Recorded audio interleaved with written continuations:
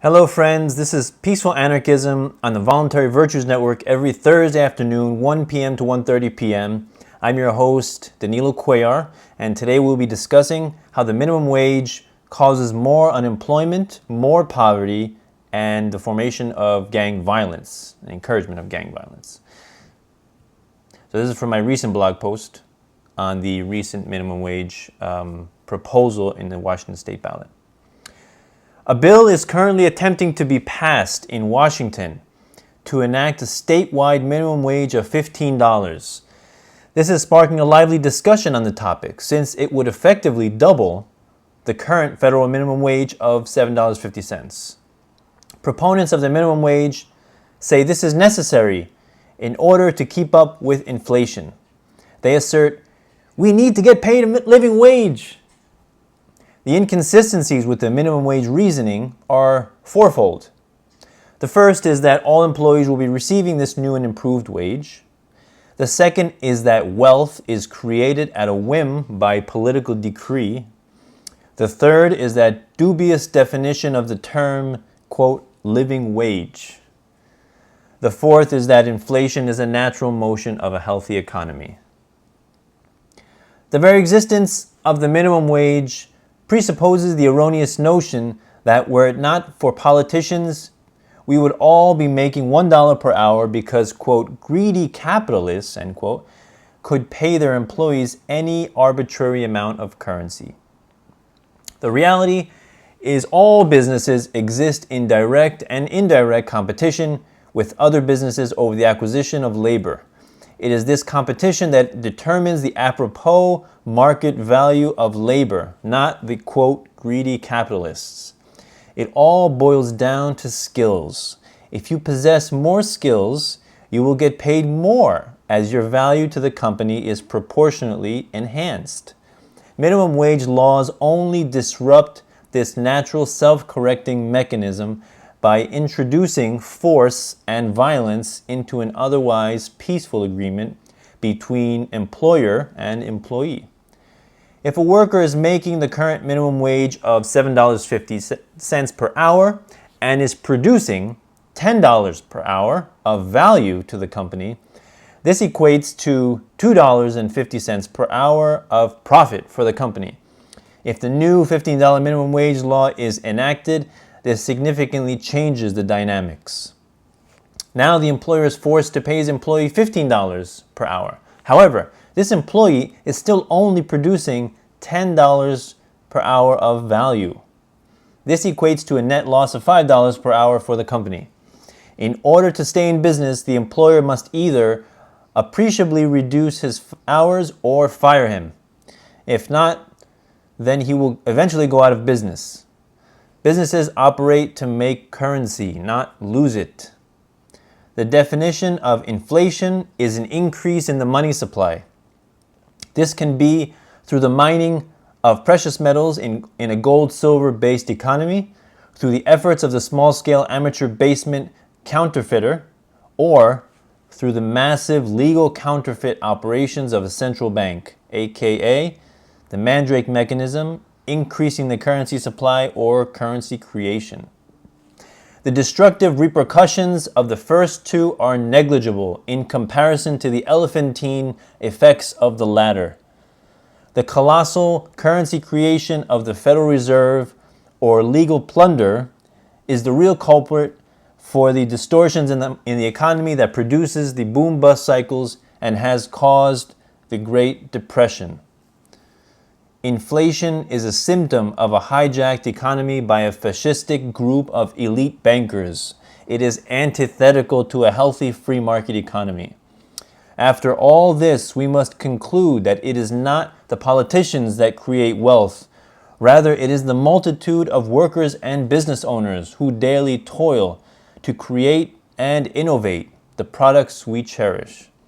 Writing down a command on a piece of paper and then backing it with a gun does not ensure anything but unemployment, job displacement, poverty, and increased state dependency. Understand that politicians have never given anything to the people that they did not already possess. Everything, quote, government says is a lie, and everything it gives was first stolen from someone else. Never forget that.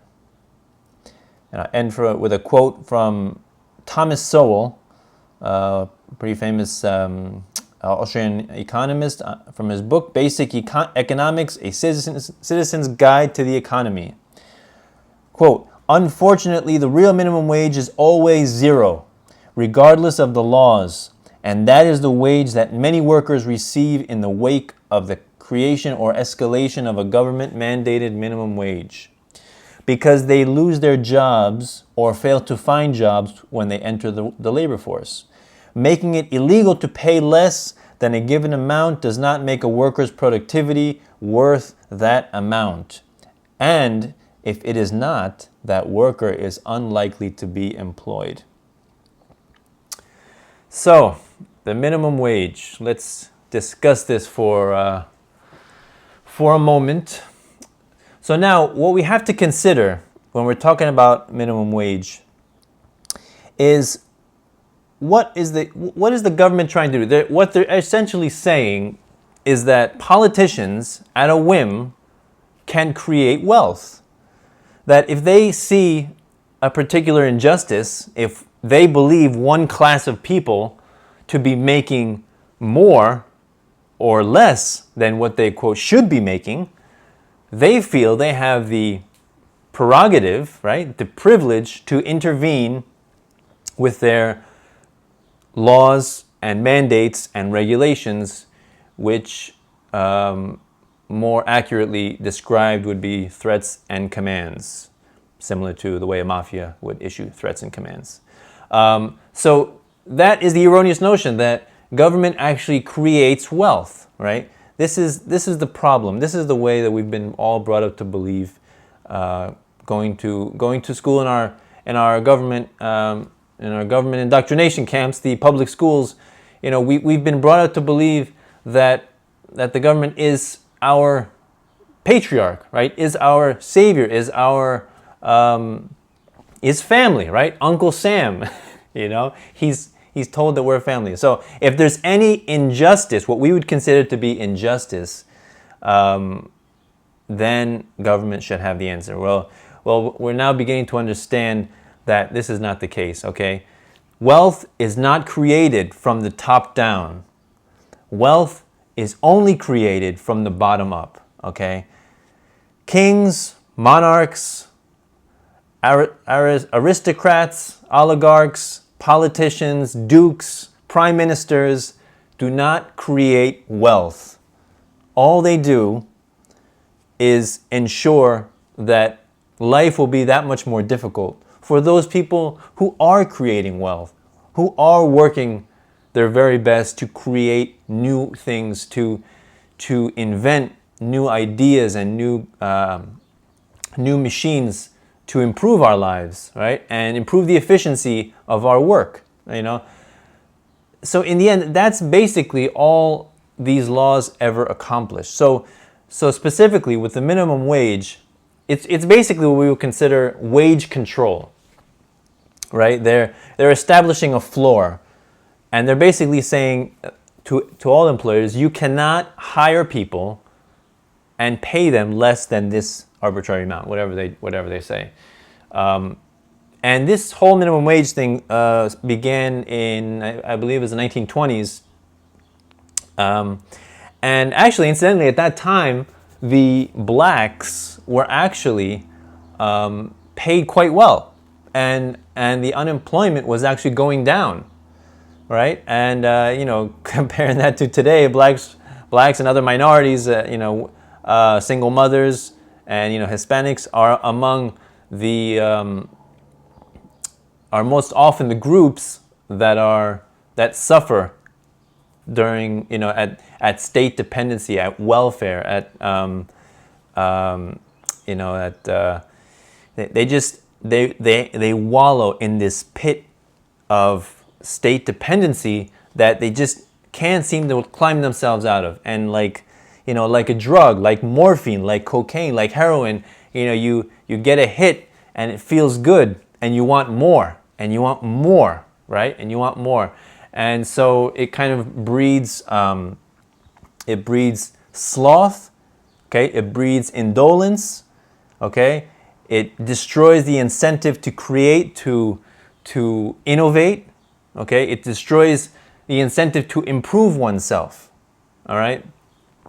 So this is what welfare does to a society, and of course, once it begins, just like government, it expands, and until there's a top-down collapse, because you just can't have a government that's continuing to expand while the middle class that is supporting it, right, through its stolen funds, known as taxation, as well as the fiat creation, which is borrowing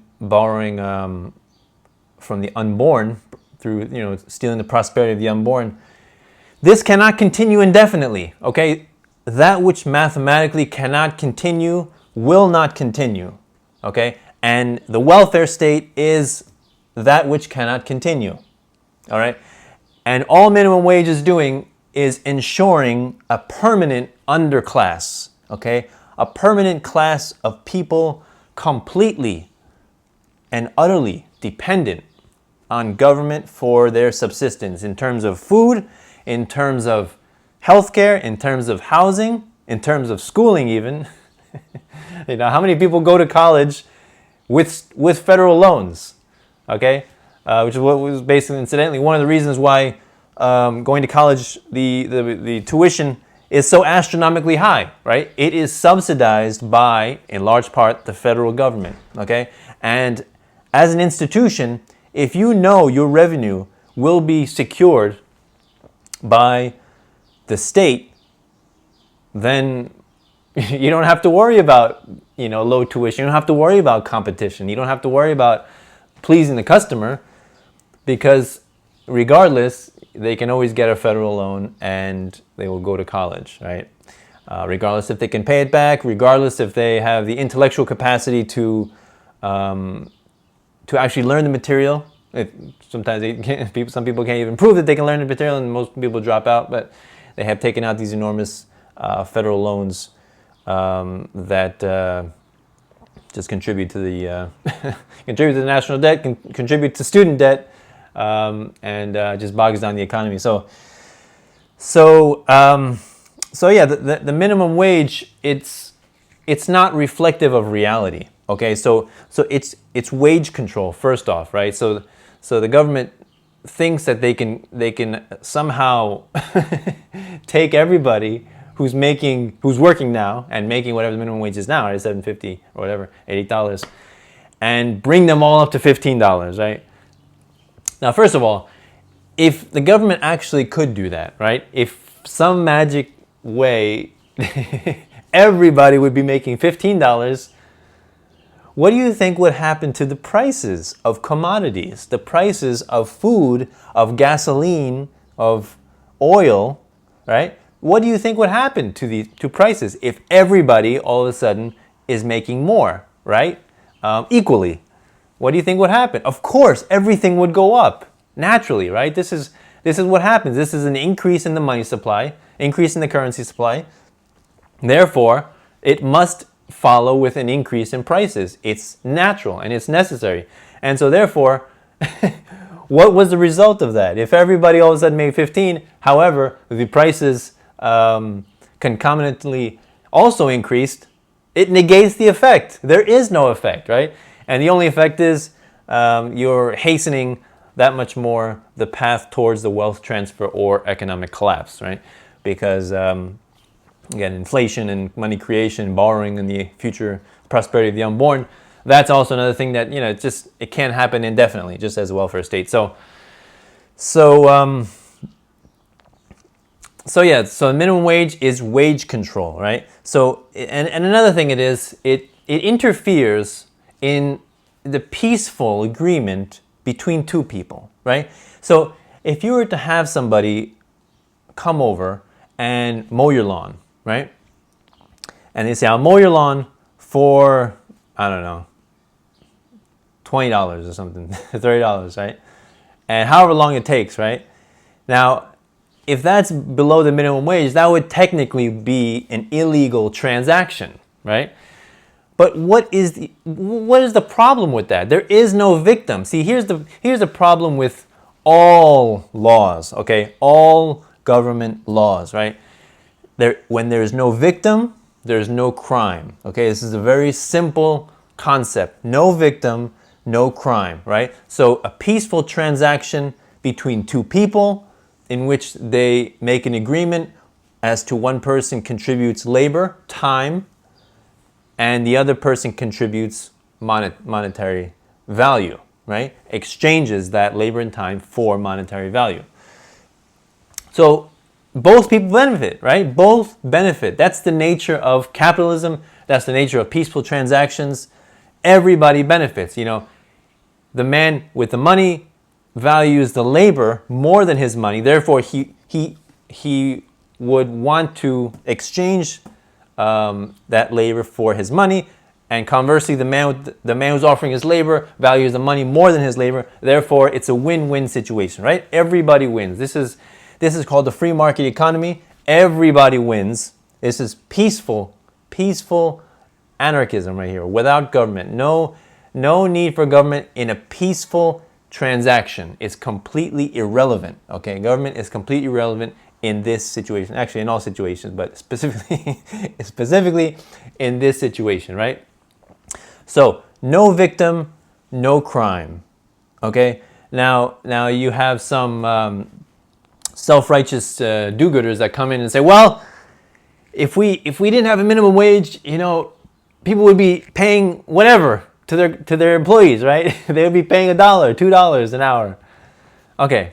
Now, that may be true. Some people may want to work for $1 or $2 an hour. Now, if a person voluntarily engages in an agreement where they know they're going to get $1 or $2 an hour, again, where is the crime and who is the victim? Okay?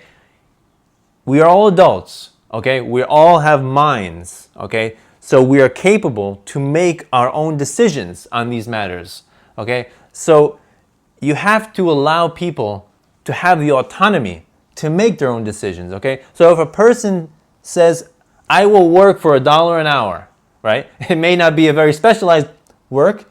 I don't know what it would be, picking up garbage, whatever. I don't know. But obviously, this transaction is the best possible option for this person, right? If they know they could make $5 an hour doing something else, then they would do that, okay? They wouldn't opt to make $1 an hour if they had better options, right?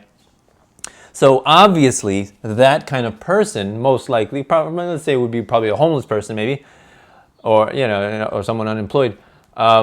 They know that they can't get a better deal, and so that is the best possible deal. So what's the problem? Where's the crime? There is no crime.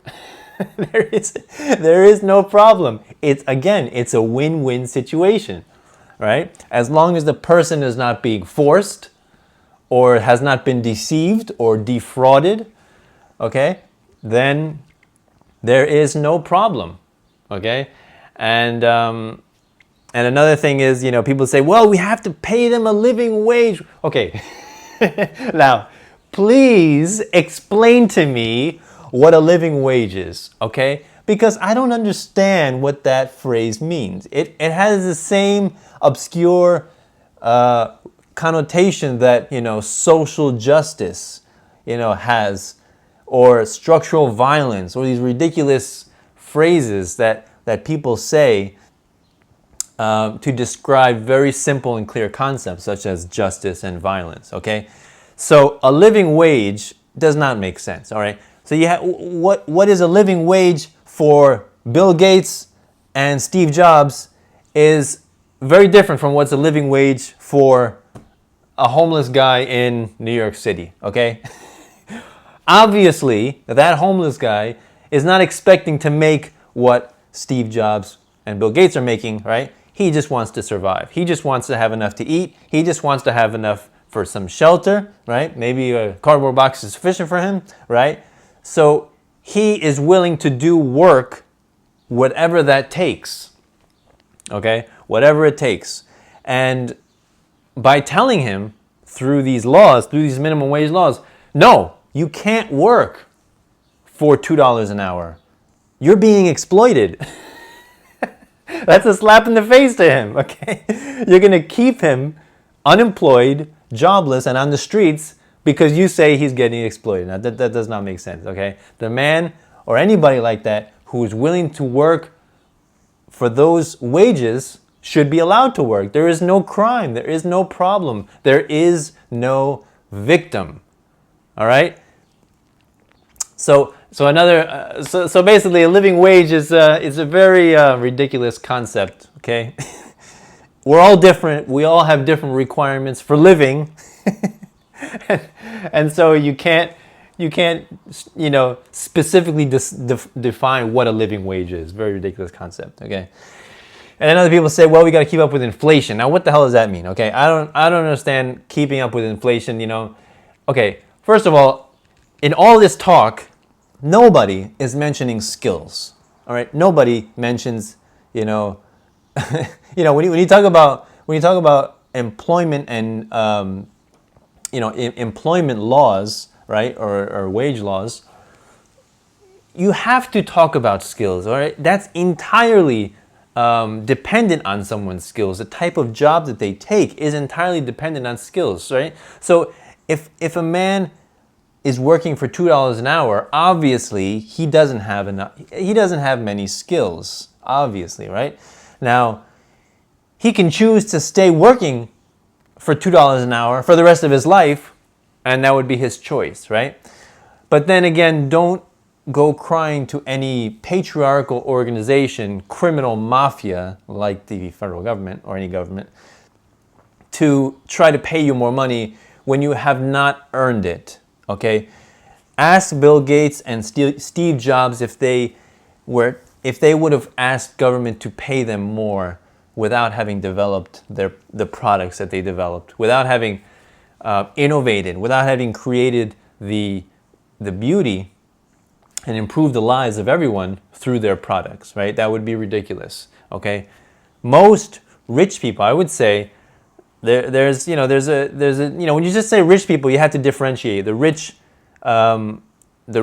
connected, politically connected, the cronies, the lobbyists, all those people. Okay, this is a class of rich people that are more like akin to parasites, right? Leeches, okay, ticks, okay, and they are leeching off of the mother leech, which is the federal government.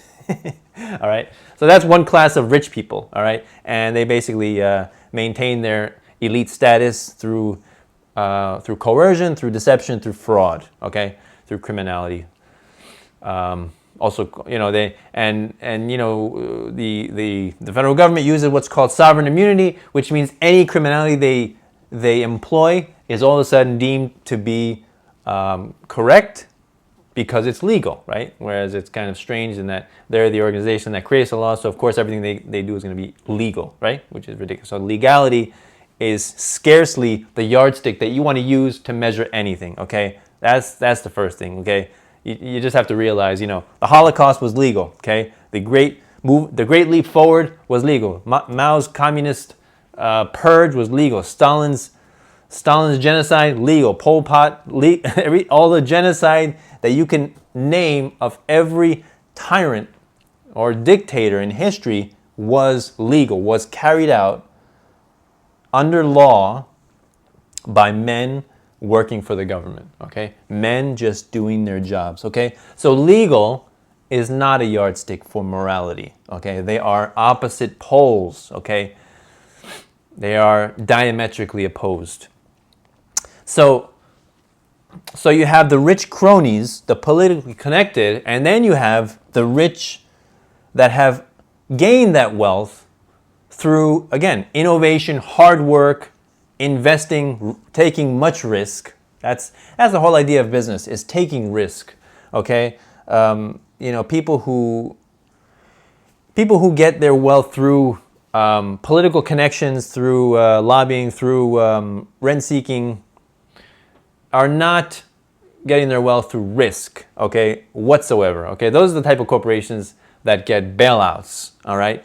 And when you have a bailout, you have eliminated all risk, okay, for failure, right? You have the CFI institutions called the systemically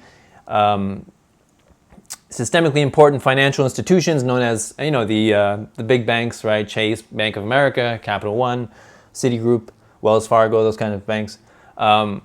This is the politically connected in the financial sector, right?